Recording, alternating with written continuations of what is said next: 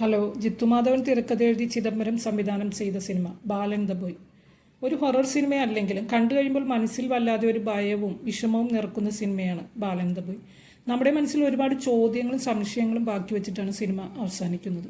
ഇത് സിനിമയുടെ explanation video ആണ്. സ്പോയിലേഴ്സ് ഉണ്ടാവും. സിനിമ കാണാത്തവർ കണ്ടതിന് ശേഷം കാണുക. കണ്ടവർ തങ്ങളുടെ അഭിപ്രായങ്ങൾ കമൻറ്റ് ചെയ്യുമല്ലോ. ജയിലിൽ വെച്ചാണ് ബാലനെയും അമ്മയും നമ്മൾ ആദ്യം കാണുന്നത്. ഷംനാത്തയുടെയും ജയിലറുടെയും സംഭാഷണങ്ങളിൽ നിന്ന് നമുക്ക് അവരെപ്പറ്റി ഒരു ഏകദേശം അറിവ് കിട്ടുന്നുണ്ട്. ഒരു കൊലയാളിയാണ് ഇതിലെ അമ്മയെങ്കിലും അവളൊരു ഭയപ്പാടോടെയാണ് എല്ലാം നോക്കിക്കാണുന്നത്. അവളൊരു ക്രിമിനലാണ്, പക്ഷേ അവൾ ഭയക്കുകയും ചെയ്യുന്നുണ്ട്. ഭർത്താവിൽ നിന്ന് ഏറ്റ ക്രൂര പീഡനങ്ങൾ കൊണ്ടാണ് അവൾക്ക് ഭർത്താവിനെ കൊല്ലേണ്ടി വന്നത്. അയാളെ അവളൊരു രാക്ഷസനായിട്ടാണ് കാണുന്നത്, അവളെ അടിമയായിട്ട്. എൻ്റെ മകൻ രാക്ഷസനുമാകണ്ട അടിമയുമാകണ്ട എന്നവൾ പറയുമ്പോഴും അവളുടെ മകൻ അവളുടെ നിസ്സഹായാവസ്ഥയുടെ, അതിൽ നിന്നുണ്ടാകുന്ന ദേഷ്യത്തിൻ്റെ, അവൾ ചെയ്തു കൂട്ടുന്ന ക്രൂരതകളുടെ, അവളുടെ വികലമായ ചിന്തകളുടെയും മനോഭാവത്തിൻ്റെയും എല്ലാം അടിമയായിട്ടല്ലേ അവൻ വളരുന്നത്. അവർ ആദ്യമായി ജയിലിൽ നിന്ന് ഇറങ്ങുമ്പോൾ 2 പട്ടികൾ അവർക്ക് മുമ്പിലേക്ക് വരുന്നുണ്ട്. അപ്പോൾ കുട്ടി നായ എന്ന് പറയുമ്പോൾ അവൾ നായയല്ല പട്ടി എന്ന് തിരുത്തുന്നുണ്ട്. അതൊരു പെൺവർഗമാണ് എന്ന അർത്ഥത്തിലാണോ അവൾ പട്ടി എന്ന് പറഞ്ഞത്, അതോ അവളുടെ ഉള്ളിലെ ദേഷ്യവും വൈരാഗ്യവുമാണോ പുറത്തു വന്നത്? തങ്ങളുടെ ഐഡന്റിറ്റി പുറത്താവുന്നതിന് അവൾ വല്ലാതെ ഭയക്കുന്നുണ്ട്. ഒരുപക്ഷെ അവളുടെ കുഞ്ഞിൻ്റെ ഭാവിയെ കരുതി ആവില്ലേ അത്? അവനൊരു രാക്ഷസനോ അടിമയോ ആകാതെ ഒരു നല്ല ജീവിതം നയിക്കണം എന്നതുകൊണ്ടാവില്ലേ? അതുകൊണ്ടായിരിക്കാം ഷംനാത്തയുടെ നമ്പറും ജയിലർ കൊടുത്ത അഡ്രസ്സും അവൾ മോനോട് കളയാൻ പറഞ്ഞത്. അവൾ കുഞ്ഞിനെ വല്ലാതെ ട്രെയിൻ ചെയ്യിക്കുന്നുണ്ട്. അവൾ കുഞ്ഞിനോട് ആ കടലാസ് കളയാൻ പറയുന്നത് അവളുടെ ചലനങ്ങളും നിർദ്ദേശങ്ങളും അവൻ പെട്ടെന്ന് മനസ്സിലാക്കിയെടുക്കുന്നുണ്ട്. ചായക്കടക്കാരന് ആളെ ആവശ്യമുണ്ടെന്ന് മനസ്സിലാക്കിയാണ് അവൾ അവിടെ ജോലിക്ക് വേണ്ടി യാചിച്ചത്. പക്ഷേ അയാൾ സ്നേഹം കാണിച്ചു തുടങ്ങിയപ്പോൾ അവൾ അവിടുന്ന് പോരുകയാണ് ചെയ്തത്. കാരണം ഇനിയും ഒരു പരീക്ഷണത്തിന് അവൾക്ക് താല്പര്യമുണ്ടാവില്ല. ഒരു ആണിനെയും ഇനി വിശ്വസിക്കാൻ അടുക്കാൻ അവൾക്ക് താല്പര്യമില്ല. അത്രമാത്രം അവൾ അവരെ ഭയക്കുകയും വെറുക്കുകയും ചെയ്യുന്നുണ്ട്. നമ്മുടെ ലോകത്ത് നമ്മൾ മാത്രം മതി എന്ന് അവൾ മകനോട് പറയുമ്പോൾ നമുക്കിടയിൽ ഇനി അച്ഛനായോ ഭർത്താവായോ സഹോദരനായോ ആരും വേണ്ടെന്നാവും അവൾ ഉദ്ദേശിച്ചത്. ഒരു പുരുഷനെ സ്നേഹിച്ച് വിശ്വസിച്ച് അവൻ്റെ കൂടെ പോയിട്ട് അത്രമാത്രം അനുഭവിച്ചത് കൊണ്ടാവും അവൾ അങ്ങനെ ഒരു നിലപാടിലെത്തിയത്. അവൾ സ്വന്തം കാര്യം മാത്രം നോക്കുന്ന ഒരു ക്രൂരയായ അമ്മയാണ് അല്ലെന്നാണ് എനിക്ക് തോന്നിയത്. കാരണം അവൾ കുഞ്ഞിനെ സ്കൂളിൽ ചേർത്തതിന് ശേഷം അവനോട് പറയുന്നുണ്ട്, ഇനി പുതിയ കഥയൊന്നുമില്ല, സ്കൂളിൽ പഠിപ്പിക്കുന്നത് പഠിച്ചാൽ മതിയെന്ന്. അപ്പോൾ കുഞ്ഞ് പഠിക്കണം, നന്നാവണം എന്നു തന്നെയല്ലേ അവൾ ആഗ്രഹിച്ചത്.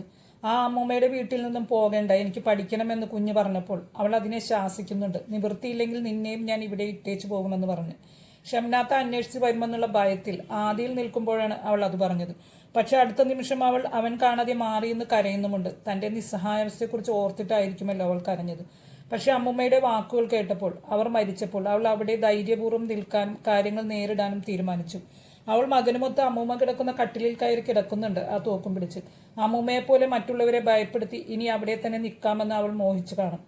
താൻ മരിച്ചു പോയാൽ തന്നെ ഇവിടെ തന്നെ കുഴിച്ചിടണമെന്ന് അമ്മൂമ്മ പറഞ്ഞപ്പോൾ അതിന്റെ വരും വരായികളെക്കുറിച്ച് ചിന്തിക്കുക, അതേപടി അനുസരിക്കുകയാണ് അവൾ ചെയ്തത്.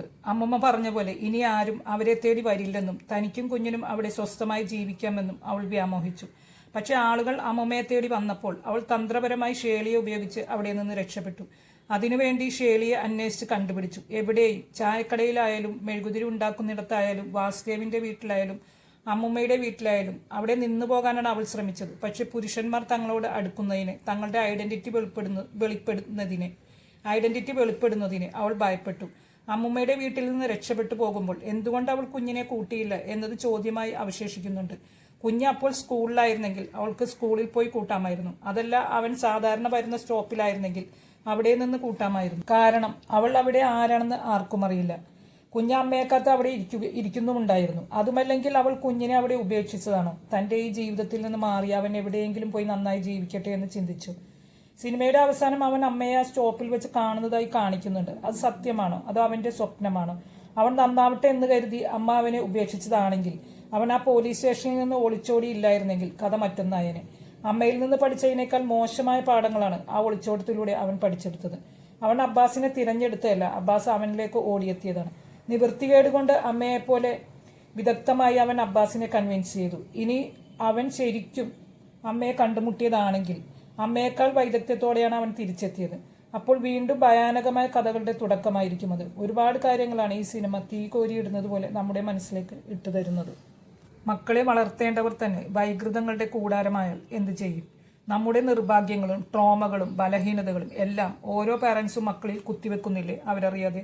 സത്യത്തിൽ ഈ ഒരു ചോദ്യമാണ് ബാലൻ ദ ബോയ് നമ്മളോട് ചോദിക്കുന്നത്. ഒരു കുഞ്ഞിൻ്റെ നിഷ്കളങ്കതയെ, അവൻ്റെ നിസ്സഹായാവസ്ഥകളെ, അവൻ വളരും തോറും അതവനെ എങ്ങനെ ബാധിക്കുന്നു, എവിടെ കൊണ്ടുവന്നെത്തിക്കുന്നു. മനസ്സിനെ വല്ലാതെ ഹോണ്ട് ചെയ്യിക്കുന്ന സിനിമ, ഒരു ഹൊറർ ചിത്രം കണ്ടതുപോലെ. ഇതിലെ അമ്മയായാലും കുഞ്ഞായാലും അബ്ബാസായാലും പവിത്രനായാലും അമ്മൂമ്മയായാലും സാഹചര്യങ്ങളിൽ നിന്ന് മുറിവേറ്റവരാണ്. മകൻ നമ്മളെ ഉപദ്രവിച്ചവരുടെ നാട്ടിലേക്ക് പോയി എന്നതിനേക്കാൾ തന്നെ ഒറ്റപ്പെടുത്തി പോയി എന്നതായിരിക്കില്ലേ അമ്മൂമ്മയെ കൂടുതൽ വേദനിപ്പിച്ചത്. ഈ ഒരു അരാജകത്വം പവിത്രൻ്റെയും അബ്ബാസിൻ്റെയും ഒക്കെ ജീവിതത്തിൽ ഉണ്ടാവില്ലേ? ഇതൊക്കെ എൻ്റെ അഭിപ്രായങ്ങളാണ്. നിങ്ങളുടെ അഭിപ്രായങ്ങൾ പങ്കുവയ്ക്കുമല്ലോ. എൻ്റെ വീഡിയോ കണ്ടതിൽ ഒരുപാട് സന്തോഷം. എൻ്റെ വീഡിയോയെക്കുറിച്ചുള്ള നിങ്ങളുടെ അഭിപ്രായങ്ങളും പങ്കുവെക്കണം. എൻ്റെ വീഡിയോ ഇഷ്ടമായ ലൈക്ക് ചെയ്യാനും സബ്സ്ക്രൈബ് ചെയ്യാനും മറക്കരുത്. ഇനിയും നല്ലൊരു വീഡിയോയുമായിട്ടുണ്ട്. അതുവരെ ബൈ.